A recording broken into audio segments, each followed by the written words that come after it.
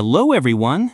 Tonight, we are going to wander barefoot beneath a bruised purple sky, where the sand glows like powdered amber and the wind carries voices that have no mouths. This is the whispered wishes of the sand-covered city. And if you've never fallen asleep wondering what dreams get left behind in abandoned places, tonight's your kind of story. So before you get comfortable, take a moment to like the video and subscribe, but only if you really like what I do here. And let me know where you're listening from. Just drop your city and your local time in the comments. I love seeing who else is traveling this road with me. Now, turn off the lights, maybe turn on the fan for some soft background music, and let's enjoy our evening ride together. You arrive under the kind of moon that doesn't light your path so much as confuse it. Dim, crooked, floating sideways like it's had too much to drink. Your shoes are already off. There is no real reason why. Just something about the desert makes you want to feel things directly. You've been following a narrow path between sleeping dunes, each one shifting ever so slightly in the wind, like a sigh you almost didn't catch. The air is warm, but not hot. Not yet. It's that strange hour just before sunrise, when everything feels paused, like even time is stretching, yawning, reluctant to move forward. Ahead, the first shapes of the city rise out of the sand, soft-edged and half-buried. Pillars, domes, crumbled walls, all sunk into golden powder like toys left out in a sandbox long after the child has grown up and left. The city doesn't glow. It hums, just beneath your hearing, like it's remembering something. You step into it without ceremony. No gates, no guards, just space.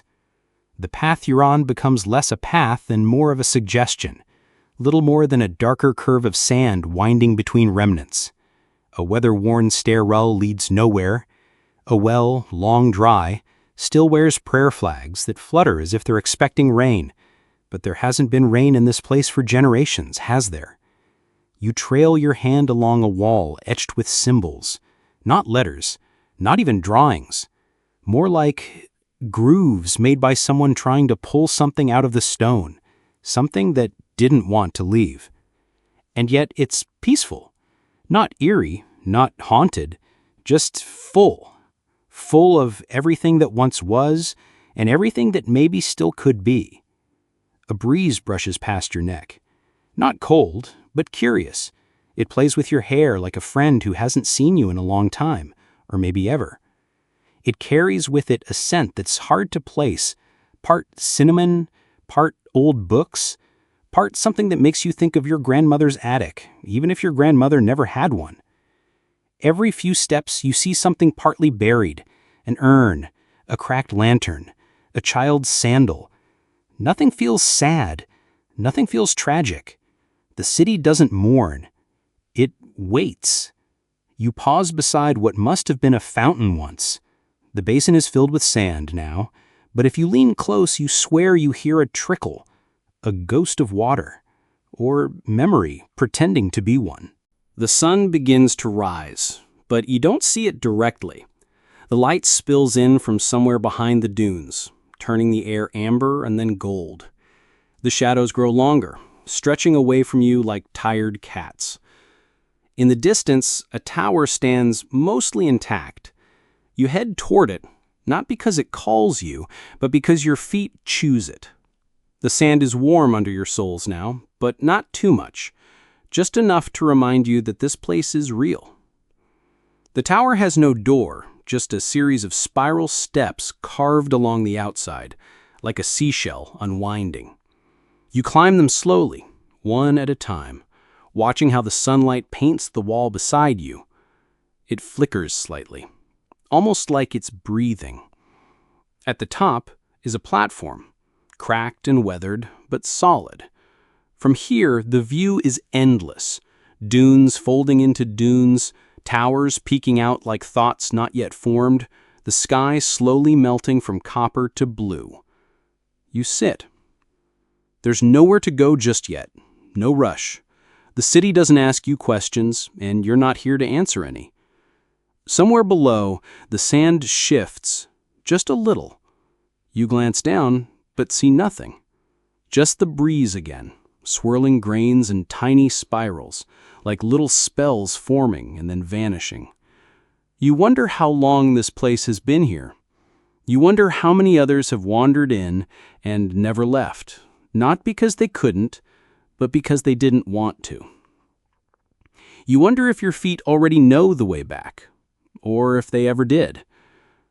The moon, now pale against the morning sky, lingers longer than it should, almost like it's watching over the place, or you. You rest your head against the warm stone, eyelids heavy, not because you're tired, but because closing your eyes here just feels like the right thing to do. The wind brushes by again, softer this time. It whispers, not in words, but in the way a lullaby hums from another room. You don't understand it. You don't have to. You're exactly where you're meant to be. The wind shifts. Not harshly, not urgently, more like it's nudging you. You blink yourself back into motion, the stone still warm behind your back. The city stretches below, no less mysterious than before, but now there's something expectant, like it has exhaled, and now waits to see what you do next. You descend the spiral stairs slowly, your fingers grazing the worn sandstone. Some of the steps have dipped in the middle from time or footsteps, or both. You wonder how many people came up here to watch the dunes shift, or to listen for the whispers between the grains. You wonder how many of them left. Back on the ground, the shadows are slipping away. Daylight is gentle here, filtered through layers of dust and soft blue sky.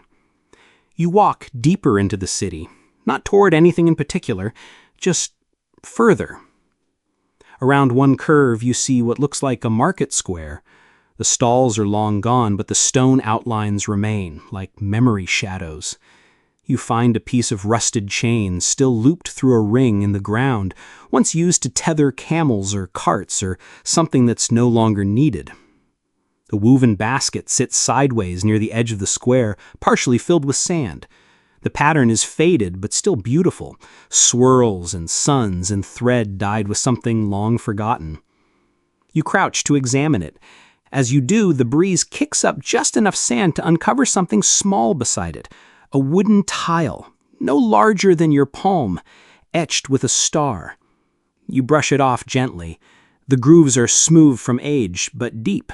Someone made this carefully. You hold it in your hand and stand.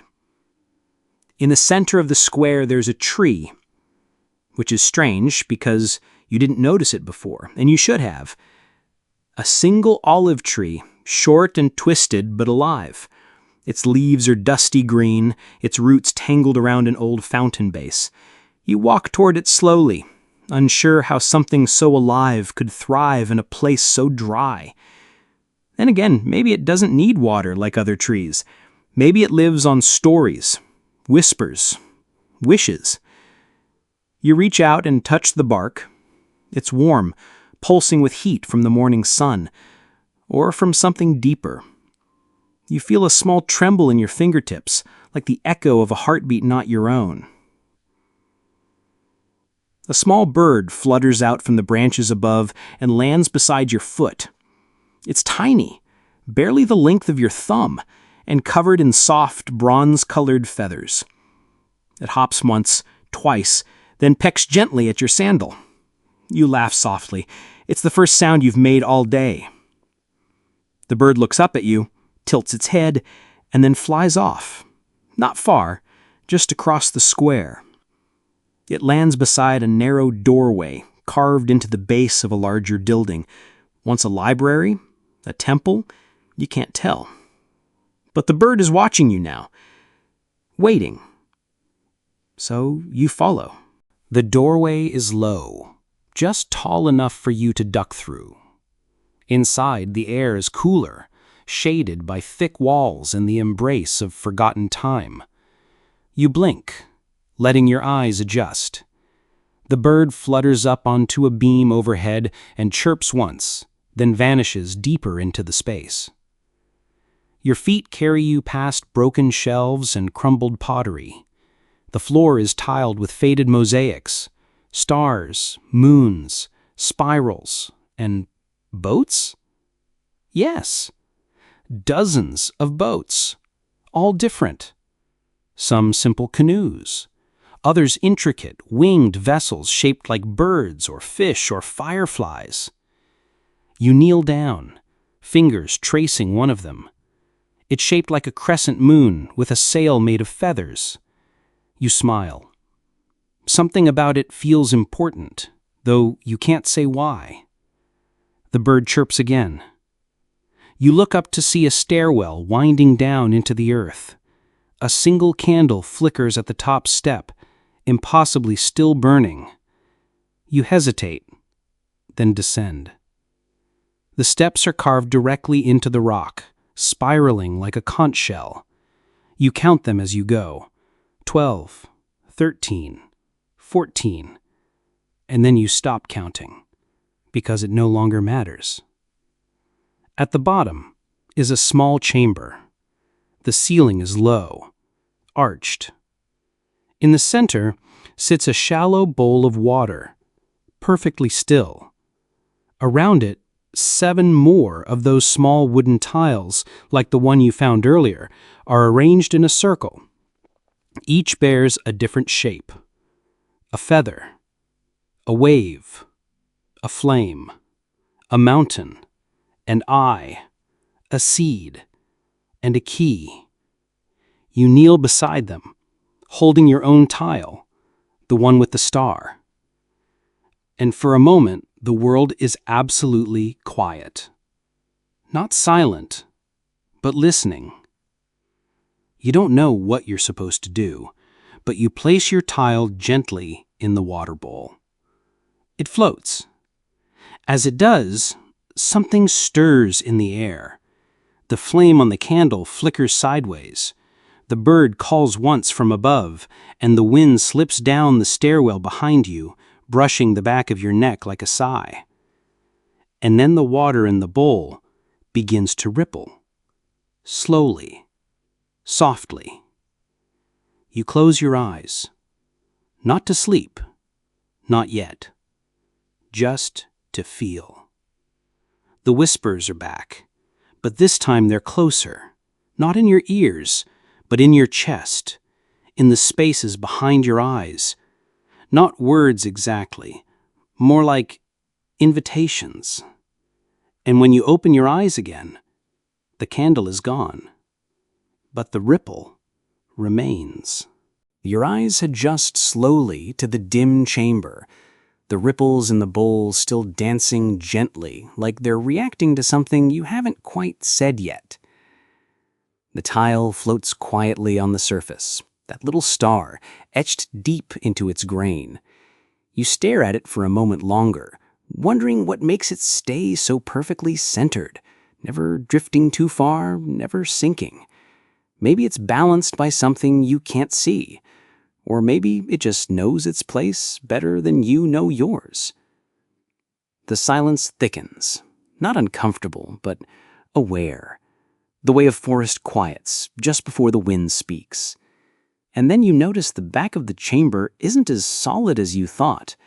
There's a crack between the stone blocks, thin, vertical, just wide enough to fit a hand. You touch it. The air behind it is cooler, damp. And then click. The wall shifts. You blink, and a sliver of space opens. Not loud, not dramatic, just a soft stone breath, revealing a hidden stair. This one even older than the last. It slopes gently downward, carved unevenly from reddish stone, slick with condensation. You duck through and begin your descent, one careful step at a time. The air changes with every meter, warmer, earthier, and far below you think you hear water. Not the bowl's quiet ripple. This is movement, a current, a rhythm. And then the space opens up, and you stop. You're standing at the edge of an underground harbor. You swear you're still in the city, but this place feels apart, tucked into the belly of the dunes like a secret swallowed centuries ago. The cavern glows softly with bioluminescent lichen that clings to the curved ceiling, casting a cool, dreamlike shimmer across the water. And floating in the center of it all is the boat. You take a step closer. It's unlike anything you've ever seen, carved entirely from what looks like white driftwood, but feather-light and smooth as silk. Long and narrow, with curling ends like the tips of crescent moons. Delicate golden threads stretch from its ribs like harp strings, catching bits of light and shimmering faintly with movement. Along its side are more of those carved tiles, set like inlays. Feather, wave, flame, and now, star. Your tile. You step closer to the dock, which isn't really a dock, just a worn stone ledge at the water's edge, barely wide enough to sit. The boat bobs slightly, like it's noticing you. You don't need a sign. You don't need permission. You step inside. The boat dips ever so slightly beneath your weight, but rights itself immediately. You settle in, legs stretched along the curved bottom, one hand resting on the edge. No oars, no rudder, no sail. And yet, the moment you exhale, the boat begins to drift. The water is glassy beneath you, reflecting soft golden ripples of light like threads unwinding from a loom. The cavern walls slowly glide past, revealing ancient paintings, glyphs and spirals and stars, so faded they seem like shadows of thoughts. You pass under a natural archway strung with hanging roots and thin stalactites. One brushes your hair gently as you pass. The water begins to narrow. You lie back, trusting the boat to know the way. It glides smoothly into a winding tunnel. You see nothing but soft patterns above you, constellations, waves, and the occasional flicker of a glowing fish beneath the surface. And then, daylight. The tunnel opens into a wide oasis, nestled inside a hollowed-out crater of stone. Palms grow along the edge. Birds you don't recognize call softly from unseen branches. The boat slows and glides to the shore, where a stone ramp curls up toward the next mystery. You step out. The sand here is fine and cool. It sticks slightly to your skin in places you don't mind. Your ankles, your palms. You walk barefoot, the silence now accompanied by gentle birdsong and the occasional rustle of wind in reed grass.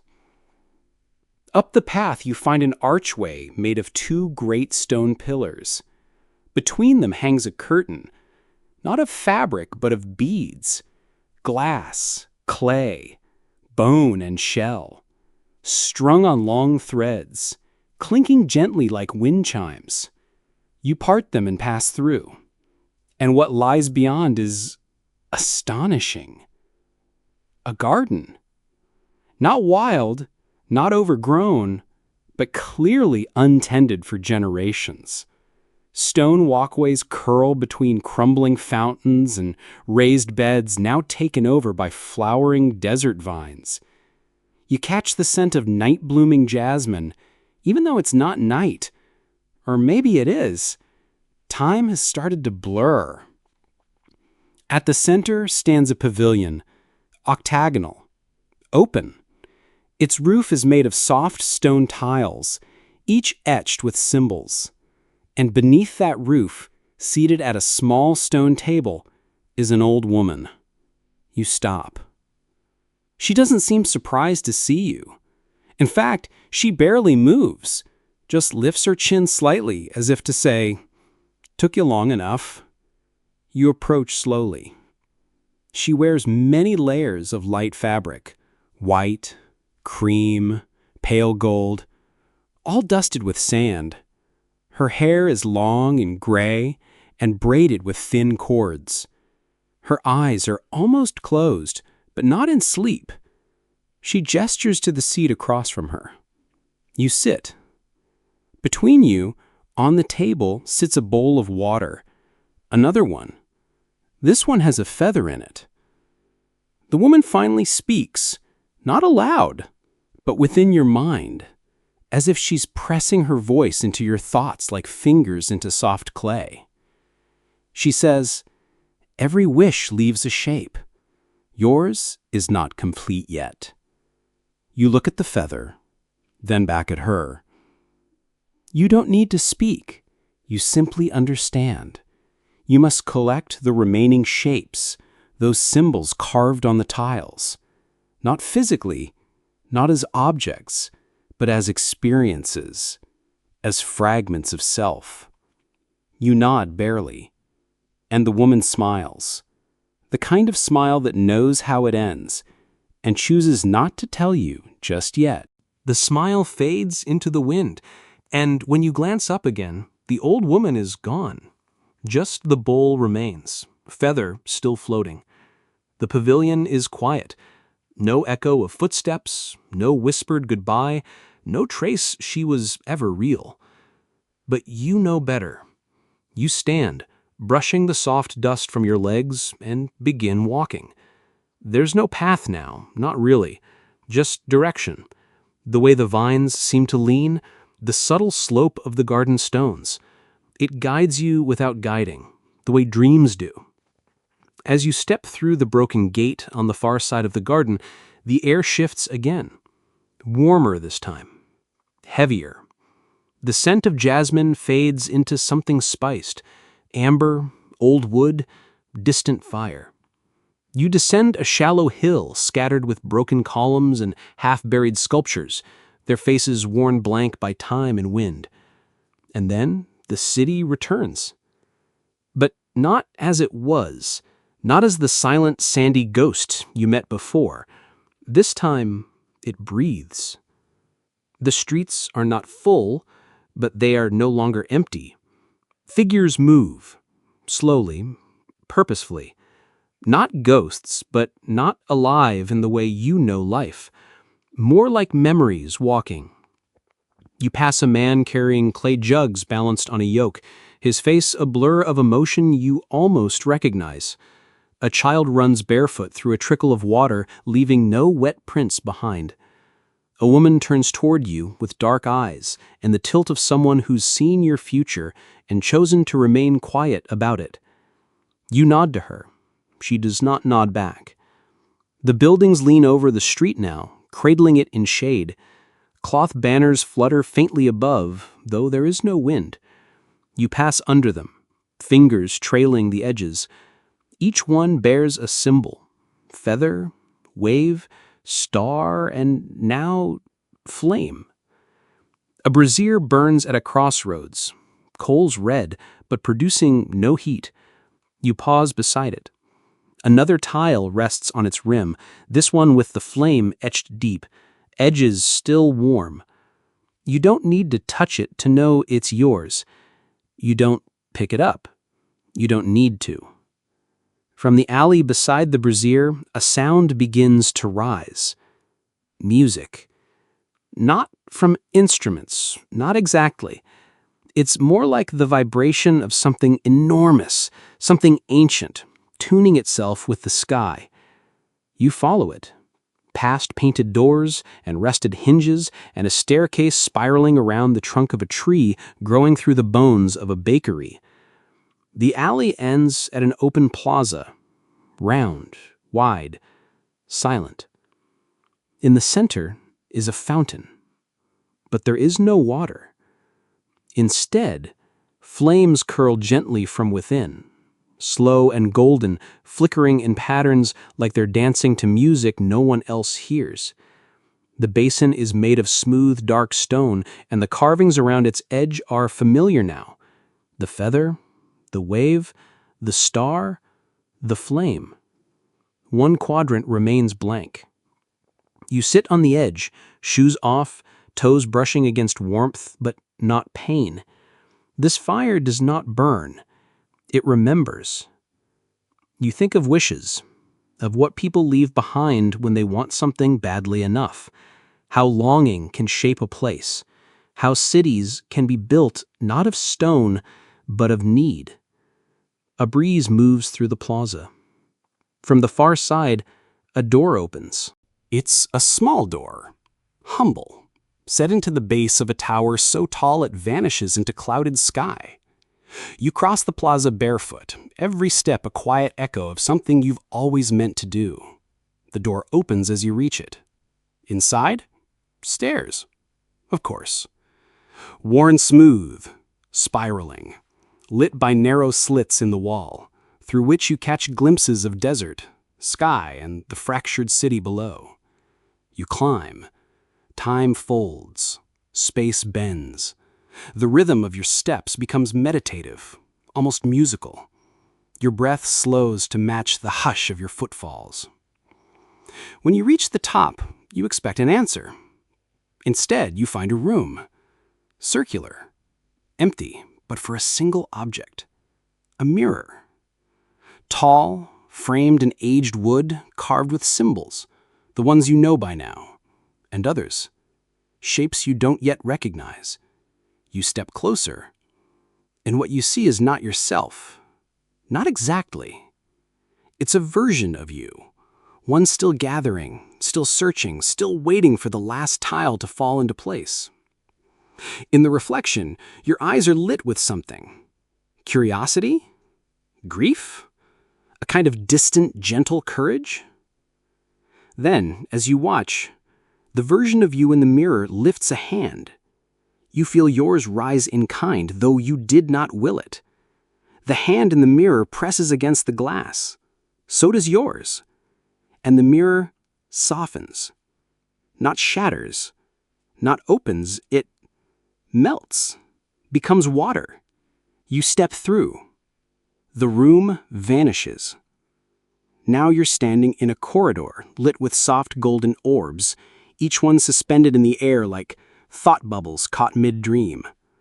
Along the walls are shelves, and on the shelves, jars.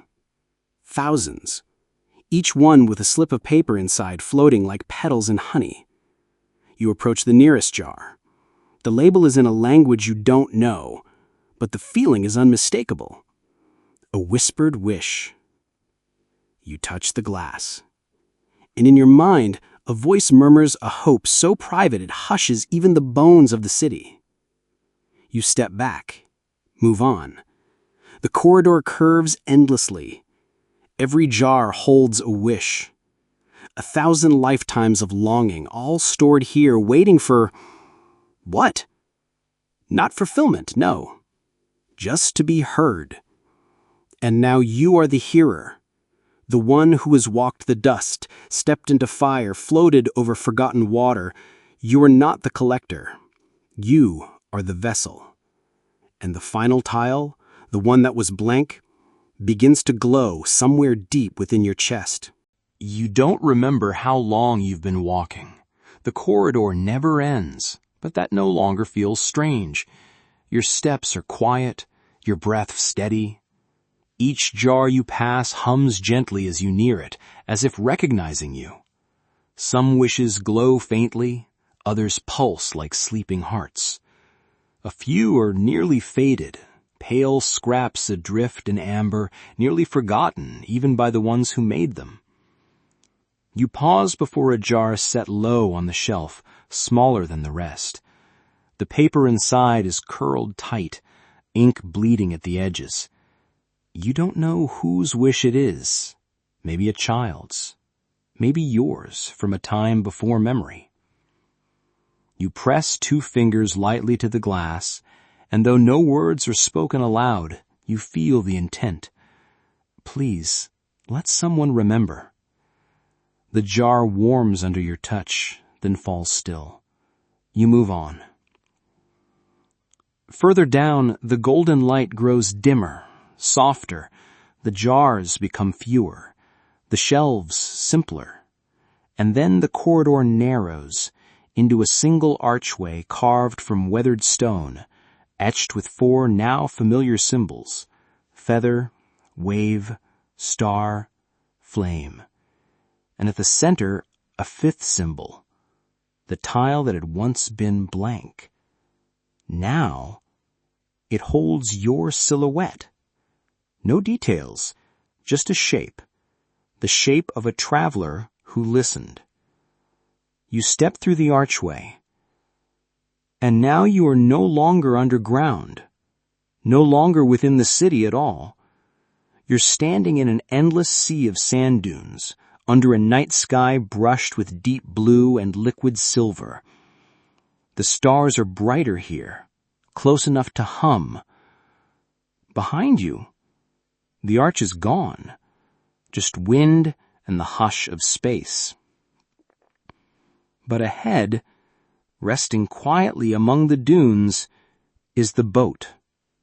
The feathered boat. You knew it would be here. Long and low, made of wood bleached by sun and time, its curved edges laced with feathers that shimmer like opal and smoke.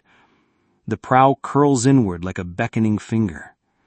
There is no sail, no oar, only soft cushions inside, and a small hollow bowl carved into the center, waiting. You walk slowly, gently across the cool sand. As you step into the boat, your weight shifts it just slightly, the feathers rustling like distant wings. You lie down among the cushions, the sky above you wide and watching, and in your hand, the last tile. You hadn't noticed picking it up. It glows faintly now, warm and soft, like an ember. You place it into the bowl at the boat's center. The moment it touches, the feathers stir. No wind, just motion.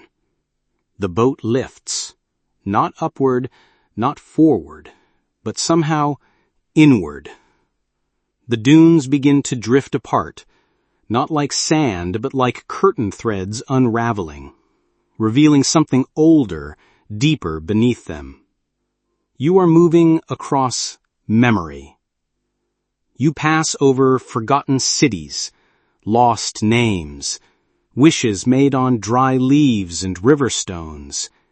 Each one drifts below you like shadows in fog. Some are warm, some are sharp. All are real. You do not steer. You do not need to. The boat knows. You float past a garden in bloom under a desert moon, where statues weep laughter. Past a library buried in sand, where every book is a letter someone never dared send. Past a tower still ringing with the sound of a bell that was never struck. The stars dim, the air cools, and the feathers rustle again. You begin to descend, not falling, just lowering. The sand returns beneath you, but this time it's soft as ash, as if it's been sleeping for centuries, waiting for you to arrive. The boat nestles into the curve of a dune, coming to rest. You sit up, and there ahead of you is the city. But not as it was, not broken, not vanished. It is glowing from within. Not flames, not lamps, but just a kind of quiet awareness, as though every wish whispered into its walls, every name carved into its corners, has begun to answer. You are not meant to go back. You are meant to listen and remember. And so you do. You step out of the boat for the last time, your feet sinking gently into the hush of dream sand. The boat dissolves behind you, not vanishing, just folding into the dunes, returning to where it began. You walk slowly toward the edge of the glowing city. And just before you cross into it, you turn once, look up. The stars blink softly like eyes closing.